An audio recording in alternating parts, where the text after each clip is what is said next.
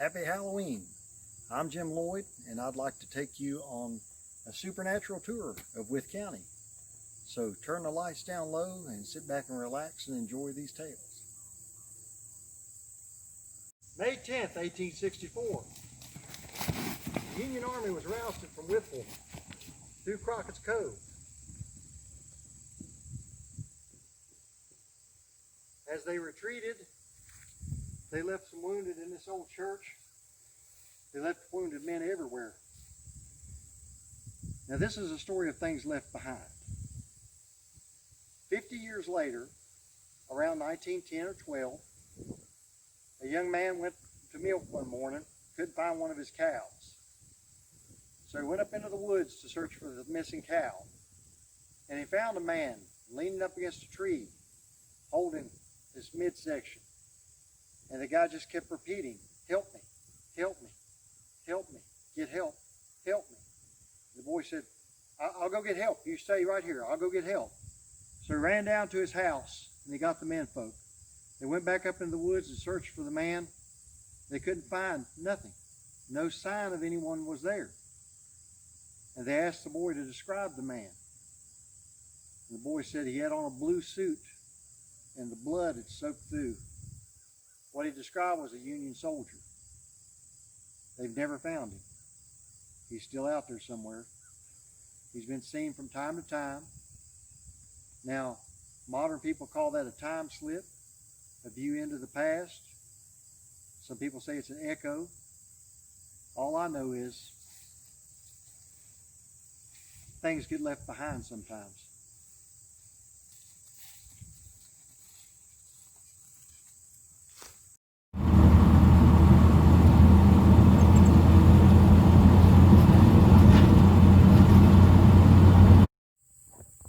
This is not really a ghost story per se. In a way it is. You know, there's so many stories connected with the Civil War in Wythe County. There was a lot of aggression, both sides. People believed in both sides here, so it was literally brother against brother. So when they were rousted in 1864 and came through Crawfish Cove, which we're in Crawfish Cove right now, people were running ahead of the Union Army saying, "The Yankees are coming. Take any valuables you have and bury them. Keep them hid." So not too far from here, there was a family that gathered up all their gold and their silver set, the silverware they ate with, everything of value, and buried it.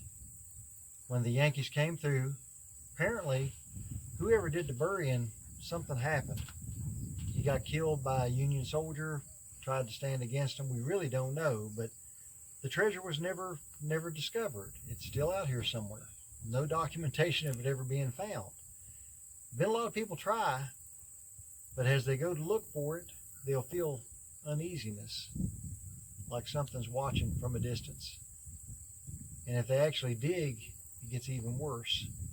They'll become nauseated, feel extreme anxiety, fear. So whoever buried it is still out there looking after it.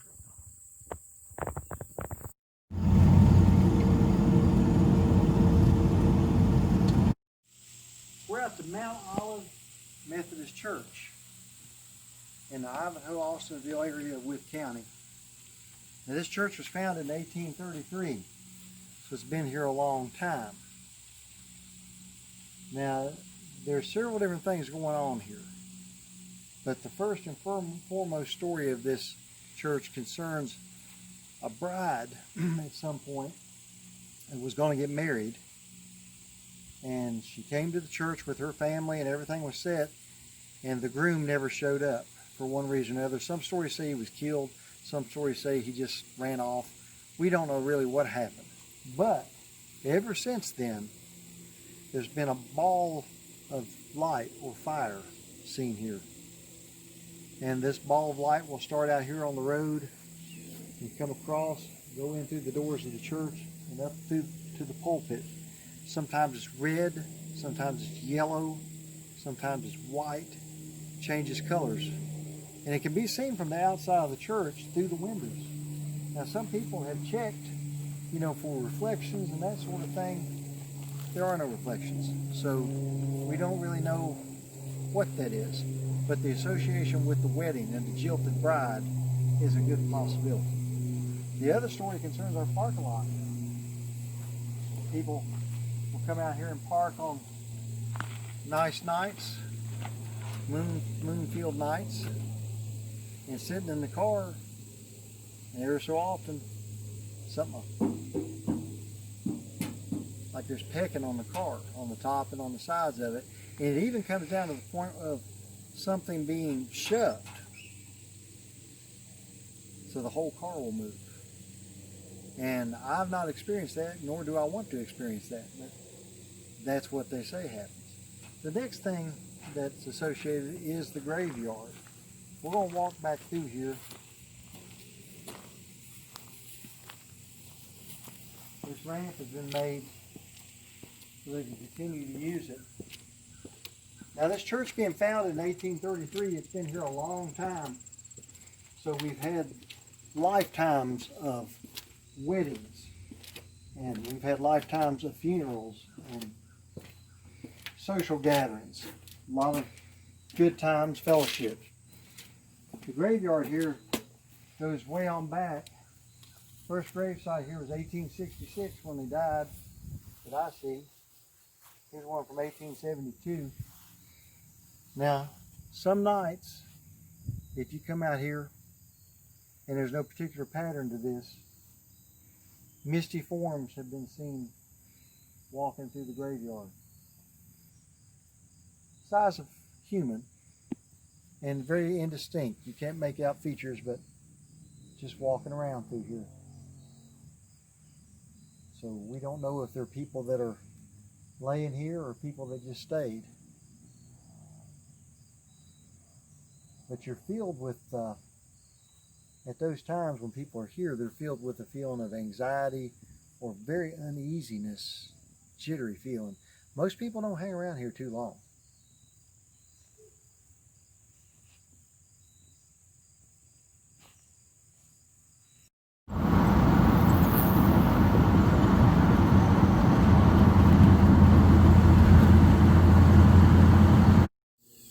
We're on Slate Spring Branch Road toward Cripple Creek, and this old house behind me has quite a history to it.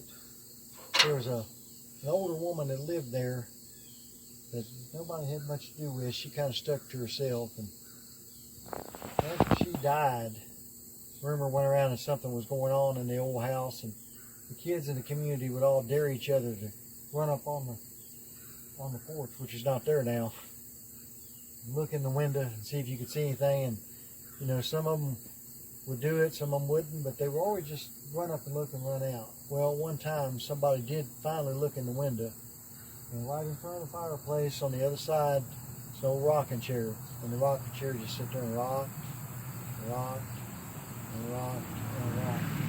They ran off the porch and ran home and told their parents about it, and they were never allowed to come back. None of the kids in the community ever came back to it. As far as I know, it's still in there rocking.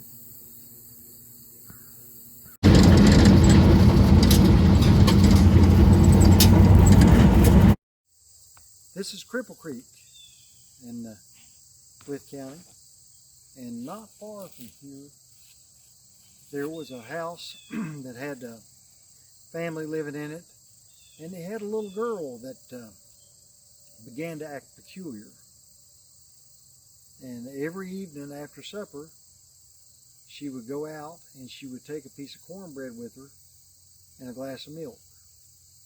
And she would act very strange. And finally, they got concerned about it, and they followed her. And she went in and to a building and sat down, and she took the cornbread and dipped it in the milk, and then a snake poked its head up out of a hole in the floor, and she would feed that snake the bread and milk. And after she got done, she would walk out almost trance-like. And this really concerned them, so they didn't say anything to the little girl about it. They knew that the snake had charmed her into doing that. So one evening after supper, soon after that, after supper, she took her milk and her cornbread, went out to the building, and her father followed her, and when the snake stuck its head up to get the cornbread, he killed the snake. But then the little girl dropped dead too. The charm was such a bond that they couldn't break it.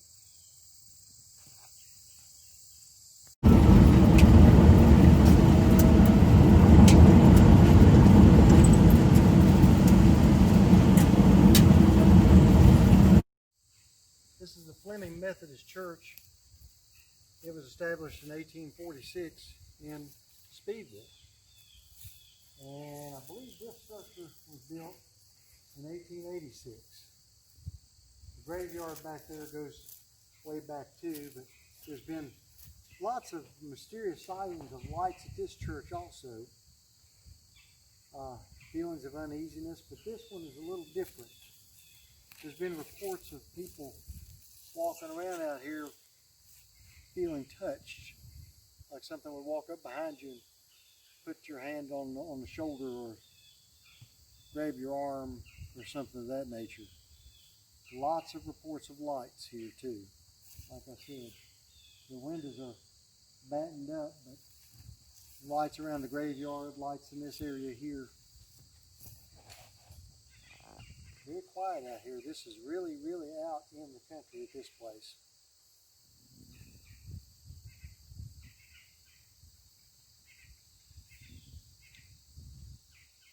Nothing's touched me yet.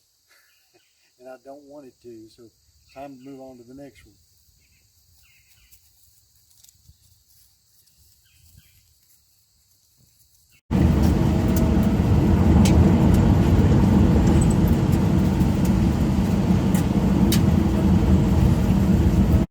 We're at the site of the old Berea Church near Wythe, and the building stood right in there. And back then, you know, people had to walk to church and to wherever, so there were a lot of little community churches out here. The building's long since gone, but the neat thing about this place was, over the years, even after the building's been gone, there's certain times if people are out here walking and it's quiet, you can hear an organ playing hymns. Some of the old church hymns, and the music just kind of floats through the air. Another time a fellow came out here to help in the cemetery, and they pulled up to the gate, and something opened the gate for him. He drove on in, and then it closed the gate for him. So he went ahead and did his work real quick to get out, but when he left, he had to open the gate himself. I guess the thing had moved on. There's another tale about people walking down through here at night, and something followed them in the ditches, scurrying through the ditches. And they'll stop and look and see what was there, and there wasn't nothing there. Something just kept scurrying, and it followed them for several miles like that, but they never did see what it was. The old church building has been gone a long time. It's quite a story to hear the organ music out here at night. Apparently it does still play. Somebody really liked to play the organ.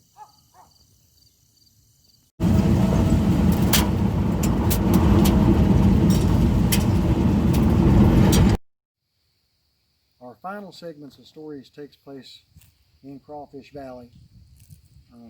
This is to the north of Rural Retreat, and I like this place. Crawfish is always so peaceful and quiet, never much noise, but we're at one of my very favorite little churches. This little church is just like all the rest of them that were on the circuit, you know, small. And just served a lot of people back in here. Of course, they, like I say, they used to have to walk through them. We should have called this the Haunted Church Tour, because I think we've covered more haunted church areas than any other thing we've covered. But this old church was, well, a lot of families that lived back here, the Holston and the Stowers and people like that, all grew up around this little church. And I just think it's very picturesque.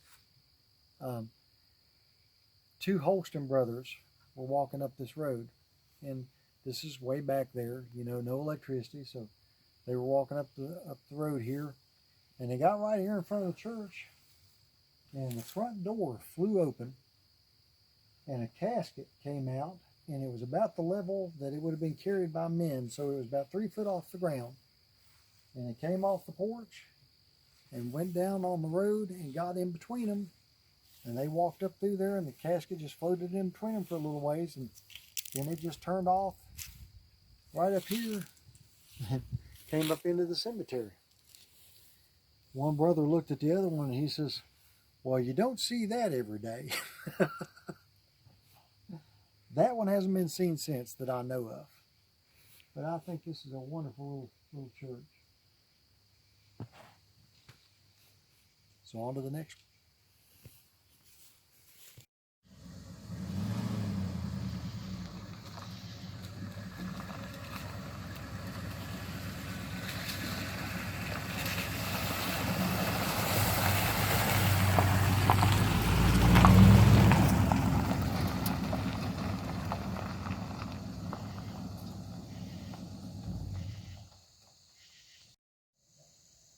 We're standing at the dead end of the service road in Crawfish Valley. And you saw me drive through the creek there. That's quite a ride. This was the main road. It went all the way into Berea Creek in Smith County at one time. It's about 7 miles from here on through, and the road's blocked off just for hiking. But there was a big old hickory tree that stood right here. So this turnaround that you see, people would come back in here and drive around. It was always referred to as the hickory tree when you came back in here. Now, right over through there, not very far at all, is a graveyard, and they were Fogelsons. And the old graves now, unfortunately, you can't even read the headstones anymore. And when I first moved here and we come back here, you would see them, and one of the graves said Mary Fogelson, aged 81, 1801. So she's been there a while. Now the tale is that this was a main thoroughfare at one point for the wagons, and this is not really so much a ghost story as it is a witch story. They all go hand in hand, you know. In the late 1700s, the wagon trains were coming through here, heading west to, Cumberland Gap, through all that, to go on over into Kentucky. And so there were lots of people coming through. And the Fogelson place was back in here. It's all grown over now. It's all national forest, but there's still a well and everything there from where the place was. So the wagon trains were coming through, and that summer there had been a tremendous drought. Things were drying up, and a wagon train stopped there to rest their horses and try to recuperate for the long trip to Kentucky. Now, there was a woman in the wagon train that was by herself, which was very unusual. Women at that time did not go unescorted. She had a child with her, and the tale was that something had happened to the father, and they were continuing to Kentucky to meet up with people. Well, the child was, like 7, 8 years old, and it was a boy, and it was very strange acting. It would hide behind its mother's skirts when people came by, and that's not so strange, but it would also hiss at people. And some people said it growled. Well, the longer they stayed at the Fogelson place, the worse things got. It got drier. They really needed rain. A cow dried up. Weird occurrences. The wagon train captain had a book that was very ancient when he had it. It was written by a fellow named Cotton Mather's called Mysteries of the Unseen World, which Cotton Mather's was one of the witch hunters in Salem. And there was a chapter in it about how to tell if a witch was in your community. So the captain of the wagon train read the book, and he determined that this woman with the child was a witch. So they had a mock trial all put together and convicted her of witchcraft and chained her to a tree not too far from here. And they piled wood up around the base of the tree, and they were going to burn her. And the child was just going out of its head, screaming and hissing and carrying on. And the captain of the wagon train came up with a torch, and he was getting ready to light the fire when Mr. Fogelson grabbed the torch, and he says, "We can't do that. You can't kill this woman. We don't know if this is true or not." At that point, they heard a noise, and they turned around and looked, and the kid had broke loose and was running at them. And as he ran that more, the closer he got, he went down on all fours. And when he got to the captain of the wagon train, he raked his hand across the wagon train captain's stomach, and lacerations through the clothes really badly. And then when he hit the edge of the woods, it had become a big black dog.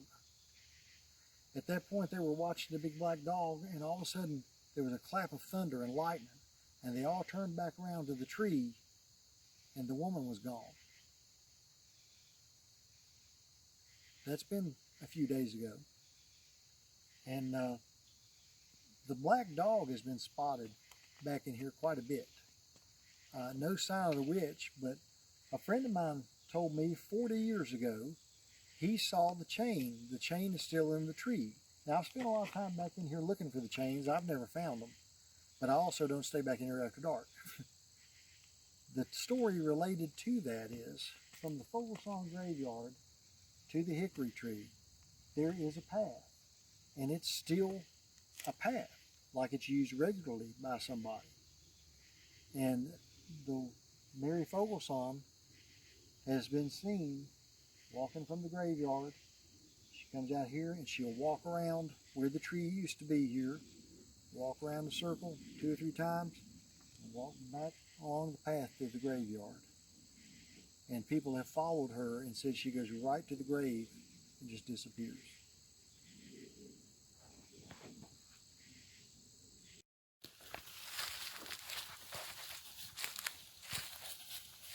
We're still in the Crawfish Valley.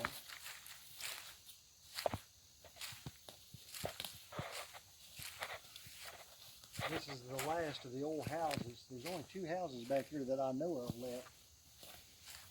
There's this one, and then back into the woods in that direction, there's an old log cabin that belonged to 2 brothers named Mosier.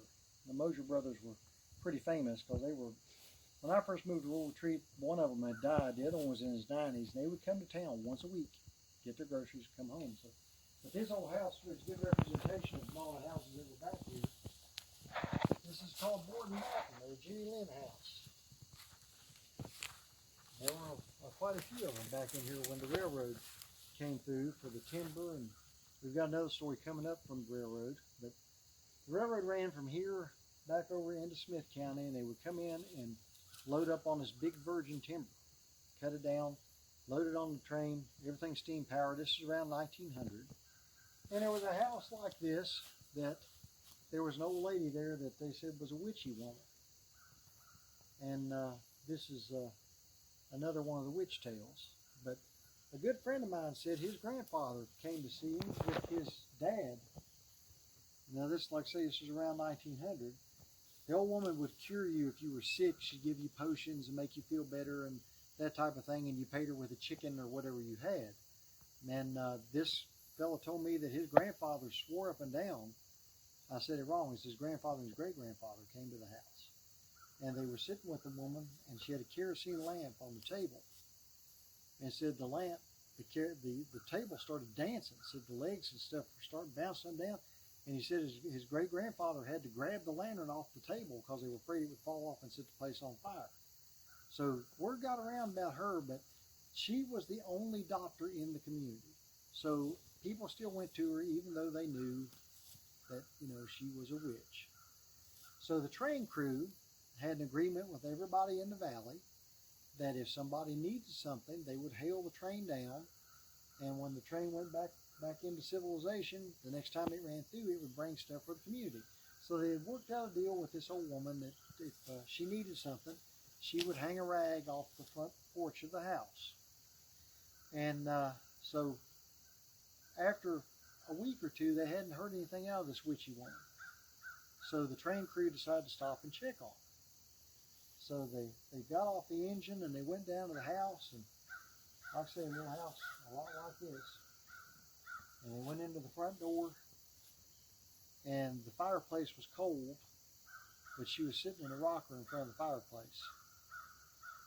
And the engineer and the brakeman and the fireman went around to look at her and said she was sitting in a chair dead, but her eyes were wide open.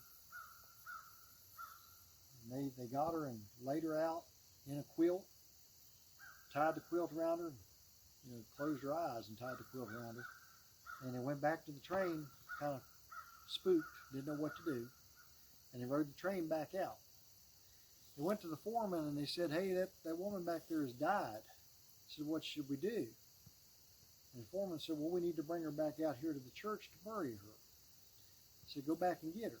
And the train crew started to go, and the foreman said, you can't take the engine, that would cost too much. Take the push car.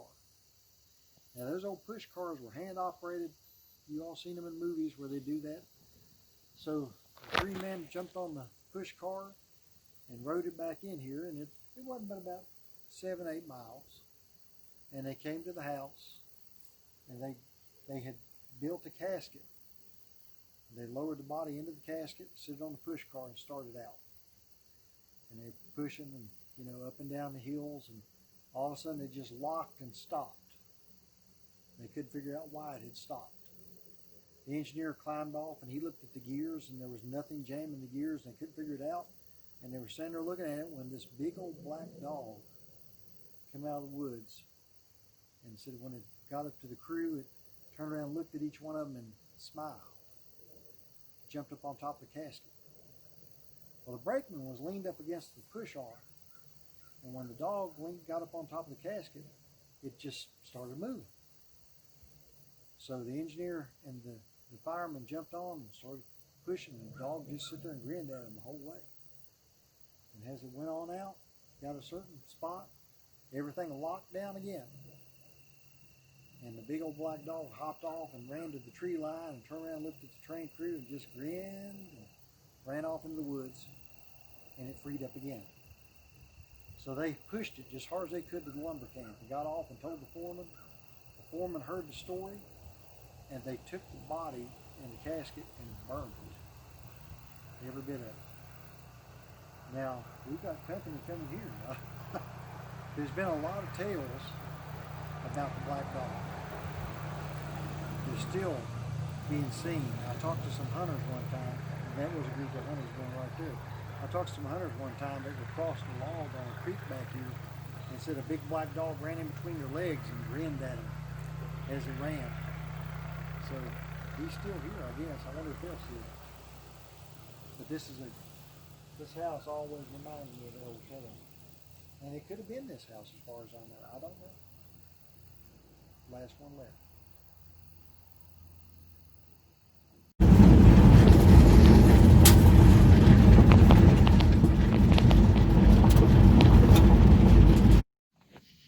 We're in Grinder Switch near the Crawfish Valley. Now, in between Crawfish Valley and Route 52. It's quite a drive through here. The railroad, well, there was a railroad that ran through here around 1900, a lot of timbering. So they were cutting clear all the big old growth, first growth forests, virgin forests, huge trees. So they run the railroad in to haul the wood out. And the switch here was where they would pull the train up and back it up and then pull out so the train could continue going forward every way. And they had, the crew of the train. The engineer was not the nicest guy in the world. And he would kind of pull stunts. Like when they were uncoupling cars, he would jerk the engine, which is a good way for the brakeman to lose a finger because they had to reach and uncouple the cars. So he did stuff like that. He was a very cruel human. And one time, the rule was on the train when you were going to pull out, pulled a long blow on the whistle, and that meant we're pulling out. So then you wait a few minutes and pull out. So he caught the brakeman.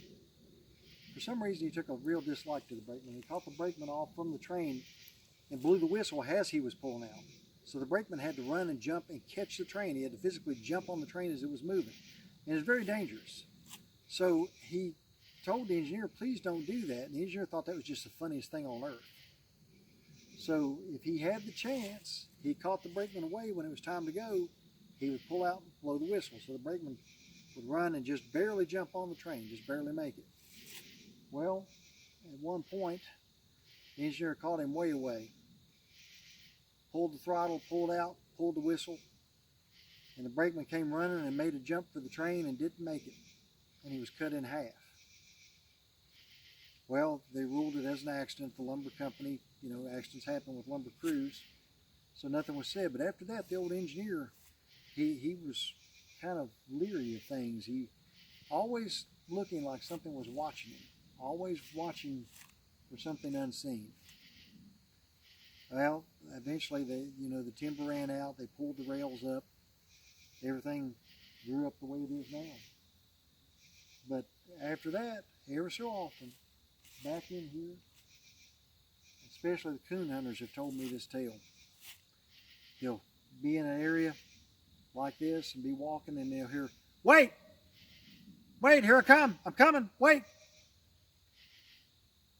And if you look up on the hillside, you can see a lantern light, like a light bobbing down. A friend of mine, Otis Hubble, who's now deceased, told me that they were coon hunting back here, and he was with an older fellow, and this would have been in the 1960s. And he said they got to a point and they heard us, "Wait! Wait!" And he turned around and he saw the lantern coming down the mountain, and he stopped. And the old guy with him said, "Well, what are you stopping for?" He said, said that fella needs us to wait on him. So he's hollering, "Wait." Said the old man looked at Otis and said, "He's done been here and gone. We ain't waiting." Well, darkness is approaching. We've had a good day. Hope you guys have enjoyed the stories. But I'm going home. I'm not staying here past dark. Happy Halloween.